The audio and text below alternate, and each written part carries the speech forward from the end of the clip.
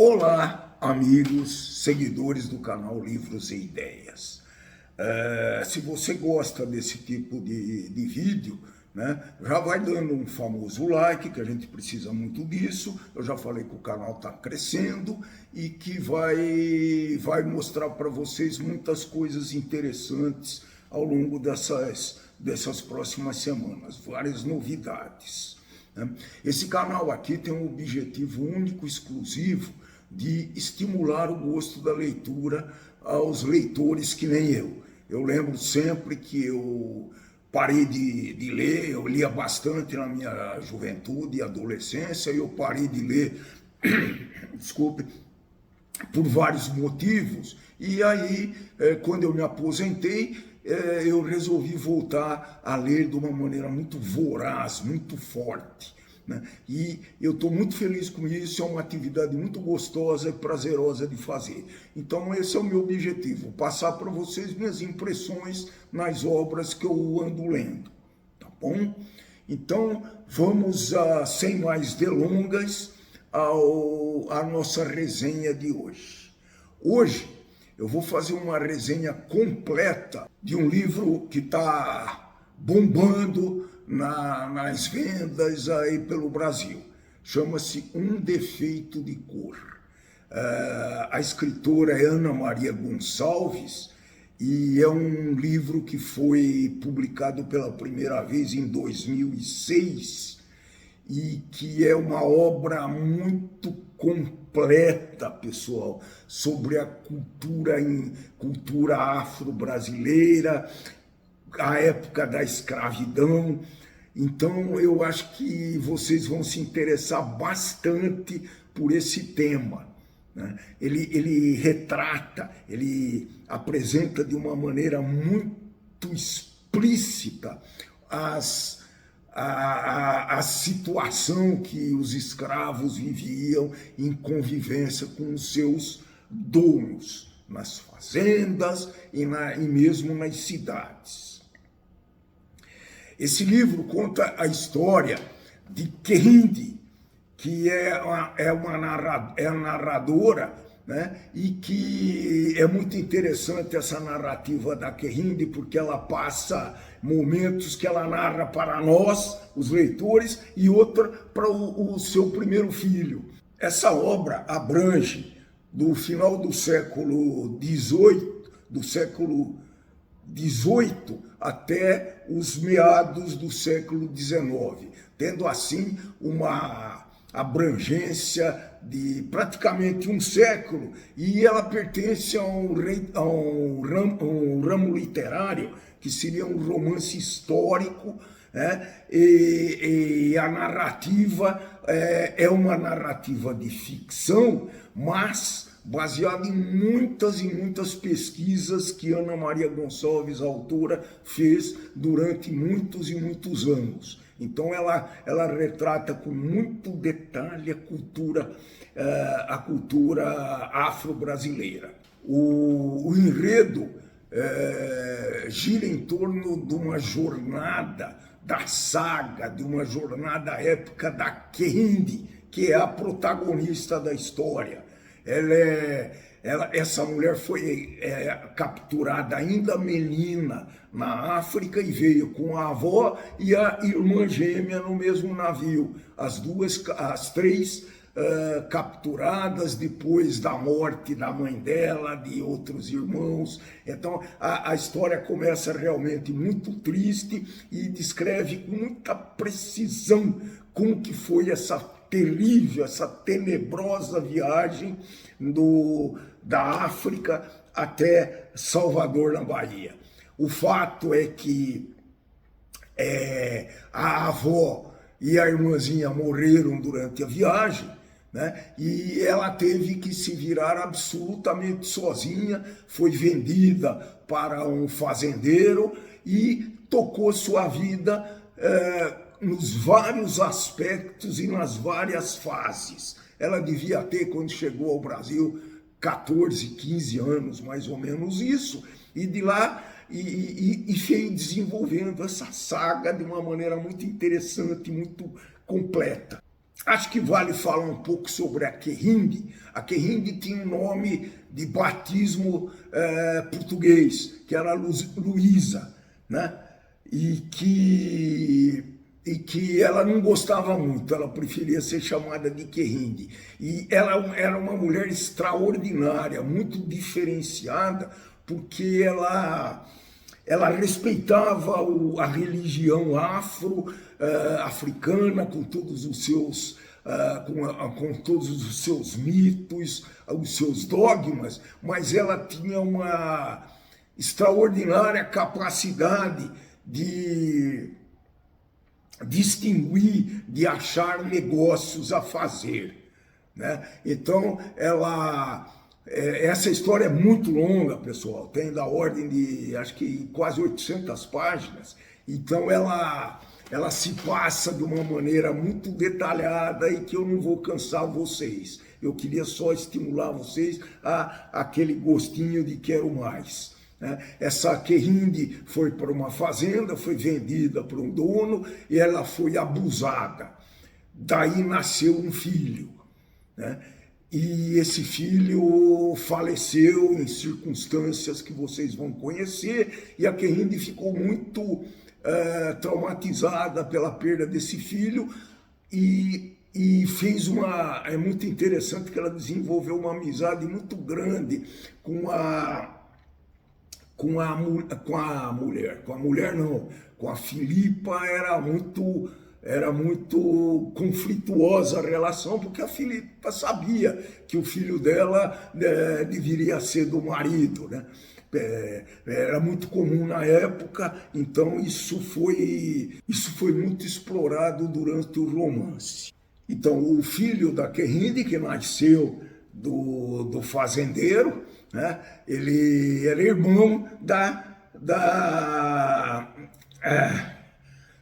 Maria Clara, que era filha, de fato, da Filipa, que era dona da fazenda com o fazendeiro, e que ela desenvolveu uma amizade muito forte com essa Ana Clara até praticamente o final da vida. Elas partiram para caminhos completamente diferentes, mas elas se relacionavam, elas se correspondiam. Então, uma amizade muito duradoura, muito forte, com laços de afetividade impressionantes. Então, algumas, entre aspas, aventuras da Querinde, né? Era muito comum os escravos serem alugados para outros senhores. Então, eles tinham que pagar, eles trabalhavam para esses senhores, obviamente, de graça, entre aspas, mas tinham que pagar algum valor ao fazendeiro, ao novo dono, vamos dizer, a pessoa que ele estivesse prestando serviço, e isso era uma coisa muito comum. A Querinde não escapou disso, ela foi escrava alugada, eles chamavam assim, para uns ingleses de uma família que morava lá em Salvador também. O grande objetivo da Querinde era conseguir a sua carta de alforria, ou seja, a sua liberdade, não ser mais escrava, ser uma pessoa livre. Então, tudo que ela fazia na vida era visando conseguir atingir esse objetivo, que era a sua carta de alforria. Então, era uma mulher de negócios extraordinária, teve várias ideias e conseguiu concluir vários negócios com sucesso. Por exemplo, ela começou a sua vida de negociante com a venda de cookies que ela fabricava numa situação não muito ideal, mas ela conseguia vender esses cookies no mercado e começou a ganhar um dinheirinho já economizando para sua carta de alforria. Aí, por uma série de razões, ela foi conhecendo pessoas e casou-se com o Alberto. O Alberto era uma pessoa um pouco difícil, muito introspectiva, e parece que o Alberto se arrepende logo de ter casado com ela, né? E casado não, vivido material, não casava. Ele vivia maritalmente com a Querinde, mas ele acabou casando com uma outra pessoa que, curiosamente, era chamada pela Querinde de Ressequida, pela fisionomia, pelo tipo físico e tal. E é interessante que o Alberto continuava tendo as relações amorosas com a Querinde, que não afastava, não, aceitava essa situação, com ele mesmo casado oficialmente, com essa Ressequida, mas ele continuava visitando para algumas noitadas com a Querinde, né? E aí já era casada, o filho, Bonjocô, que era o nome, eles mantiveram o nome africano para o primeiro filho dela, que era o filho daquele fazendeiro, e ele morreu num acidente. Esse, entre aspas, casamento com Alberto nasce, ela tem mais um filho, que é o Omotundi, que vai ter um papel muito importante no trama. Um certo dia o Alberto desaparece com essa criança, não sabendo, não era criança, não era bebê, mas era um garoto, e ele some com essa criança, imaginando que ele fosse vender a criança. A gente não sabia bem o objetivo. Ele some com essa criança e dali para até o final da obra, a grande saga da Querinde, além de conseguir a carta de euforia, ela era de procurar esse Omotundi, que era o segundo filho dela. Muitas coisas aconteceram, ela viaja procurando essa criança, né, esse seu filho, em vários locais, Rio de Janeiro, Santos, São Paulo, Campinas, mas sem sucesso, não consegue achar o filho. Então, a Querinde continua a ter sucesso nos negócios, e vai tem outros negócios que também, para não cansar vocês, senão a resenha vai ficar muito longa, ela resolve voltar para a África, para o lugar que ela tinha saído. Na volta para a África, ela encontra com um inglês, o John, no qual ela casa e tem mais dois filhos. Nasceram gêmeos, João e Maria Clara, que ela deu em homenagem a Sinhazinha, né, lá da fazenda, da qual ela tem uma amizade muito forte. Eles vivem junto por um bom tempo e aí ela inicia um negócio muitíssimo bem sucedido, qual seja a construção de casas. Então Querinde se torna muito influente na comunidade lá que ela saiu e depois voltou, tá? Ela tinha contato com várias pessoas influentes na época que facilitavam as vendas para elas, até compravam dela as construções. O marido John tem uma atividade um pouco esquisita, para não dizer estranha. Ele obtinha grandíssimos lucros com a venda de armas e pólvora dos ingleses para os reis das tribos africanas, dos chefes locais das tribos africanas. E essas vendas eram feitas no Benin e na Nigéria. A abolição da escravatura era mais ou menos nessa época, mas o hábito de caçar escravos e trazer para o Brasil continuou. Os ingleses combatiam muito essa prática, mas continuou. A Querinde foi muito provocada para entrar nesse tráfico horroroso, mas nunca ela ela nunca quis fazer essa atividade pecaminosa, essa atividade obscura, horrorosa e maléfica. A trama é muito, muito comprida, ela entra em detalhe dos ritos religiosos, ela fala muito do sincretismo religioso na Bahia com as religiões africanas. Então são quase 900 páginas de surpresa e um banho cultural afro-brasileiro.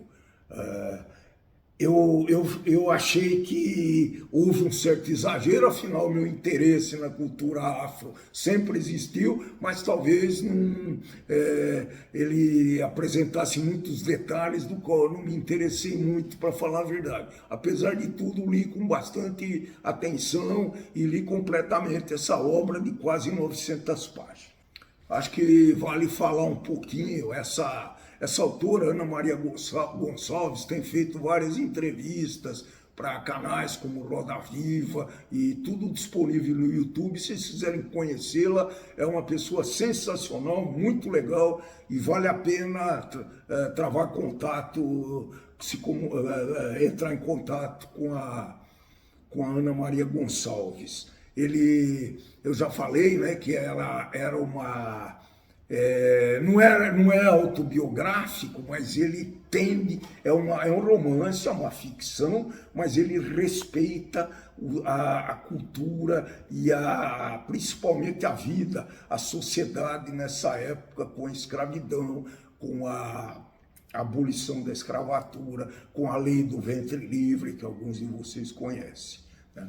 E o ritmo da história é cadenciado, porque ela teve que detalhar muito essa cultura afro, né? Razão pela qual alguns leitores podem ficar meio que cansados dessa obra. É uma obra para ler com bastante fôlego. Quando vocês começarem a ler Um Defeito de Cor, vocês respiram, porque realmente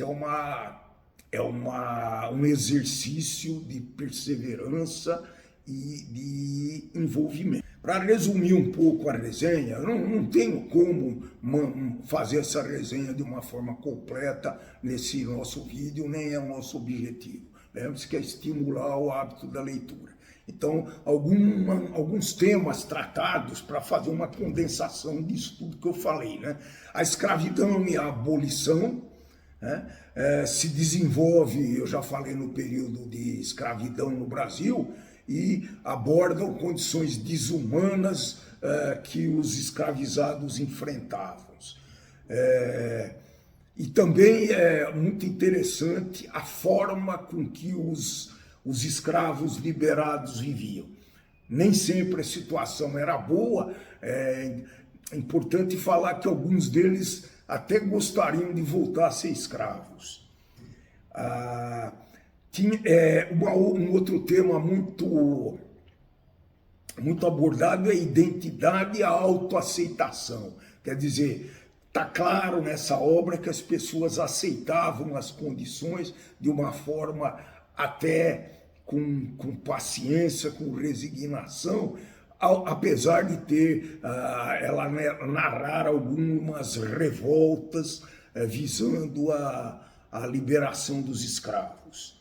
O feminismo e o empoderamento nessa época. A Querinde foi uma pessoa, principalmente em África, muito destacada, muito prestigiada, então ela foi o empoderamento da Querinde é uma coisa bem notável na obra. As relações interpessoais com os vários homens que ela se relacionou, desde do dono, né, do dono da fazenda, que ela teve um filho, até o Alberto, que ela praticamente se casou, vivia maritalmente, até o John, que era um inglês que ela conheceu na sua volta para a África. Racismo e preconceito, óbvio, não vou nem falar, e já falei muito, a cultura afro-brasileira. Só para encerrar essa parte, né, ela inclui as tradições, as crenças e as expressões artísticas. Isso contribui para uma representação muito ampla da diversidade cultural que nós finalmente herdamos dessa época, século XVIII, final do século XVIII até meados do século XIX.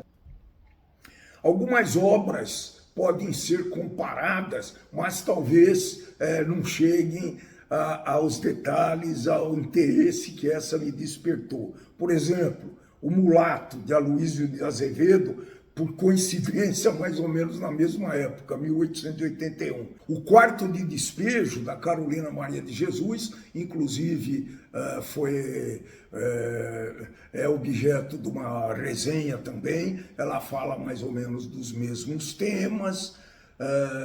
A Senhora, de José de Alencar, com uma outra linguagem, com um romance um pouco mais sofisticado. Os Capitães de Areia também narram essa vida de uma minoria que sofria em função do preconceito da sociedade. Então são algumas obras que têm uma certa similaridade, mas guardando todas essas diferenças que eu já falei para vocês.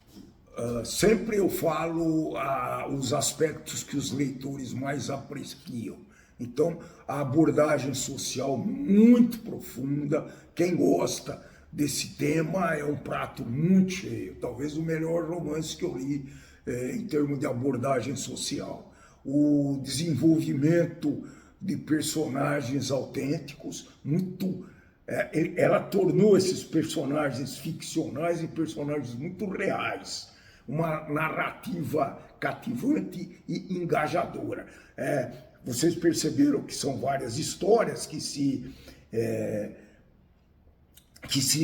seguiam cronologicamente e que tinham muito sentido, que ligavam uma história na outra. Então a gente tinha muito interesse em terminar essa história para começar outra e continuar esse drama, essa saga, essa obra fantástica de Ana Maria Gonçalves. Público-alvo, praticamente, eu já falei, né? Eu acho que todo mundo que querem ter um retrato da sociedade entre os séculos 18 e 19, né, deveriam ler essa obra.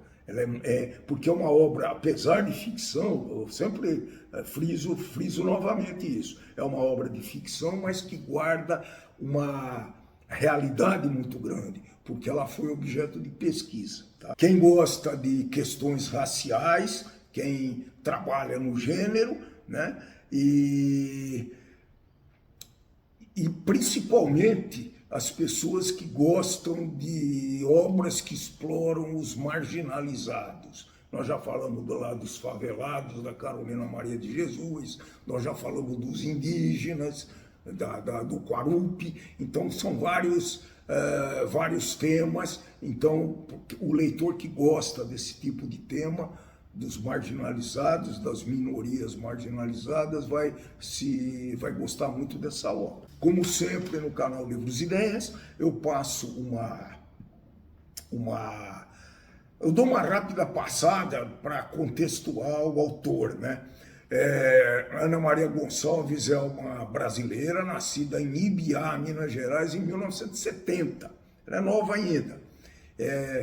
Ela contribuiu de uma forma muito forte, muito notável para a literatura brasileira contemporânea, que começa a ter seus autores que começam a se destacar. Talvez daqui a 5, 6 anos a gente vai verificar que esses autores vão subir no patamar, no conceito da literatura contemporânea brasileira. Ela lançou o livro, deixa eu ver aqui o lado, meio longo o título, Ao Lado e à Margem do que se vê, microcontos, em 2003. Mas a grande obra dela, a obra-prima dela, sem dúvida, é Um Defeito de Cor, que ela lançou em 2006. E que alcançou reconhecimento nacional e internacional. Quem gosta de discutir literatura deveria ler essa obra, porque é uma coisa muito atual, muito presente hoje em dia nas discussões literárias e nos temas. Recebeu muitos elogios e muitos prêmios também, né? O que mais que poderia falar sobre a Ana Maria Gonçalves? Acho que já deu para suscitar em vocês o gosto por essa obra. Estava programado sobre filmes e documentários sobre a obra. A Globo estava estava tentando levar até aí 2021, estava tentando novelizar essa obra da Ana Maria Gonçalves, Um Defeito de Cor, mas, para dizer a verdade, não saiu por causa da pandemia e dos vários problemas que a gente teve lá em 2020, 2021 e grande parte de 2022. Então, eu não encontrei nada que fosse outro tipo de obra, outro tipo de mídia que fosse baseado nessa obra. Ok? Finalmente, pessoal, recomendo fortemente a leitura dessa obra.